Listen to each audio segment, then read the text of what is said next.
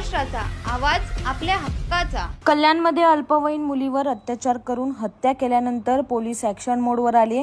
कल्याणमधील वाढती गुन्हेगारी कमी करण्यासाठी पोलिसांनी रात्रीच्या वेळी नशेडी गर्दुल्ल्यांवर कारवाईचा बडगा उगारला आहे।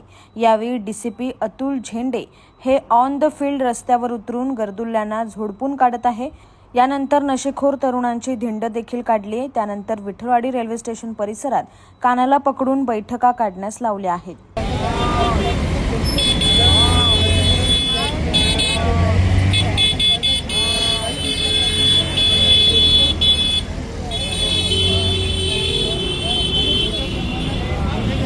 तुमच्या परिसरातील काही घडामोडी किंवा समस्या असतील तर आमच्या वृत्तवाहिनीला संपर्क करा आणि तसेच सतत अपडेट राहण्यासाठी आमच्या वृत्तवाहिनीला सबस्क्राइब करा आणि बेल आयकॉन दाबायला विसरू नका।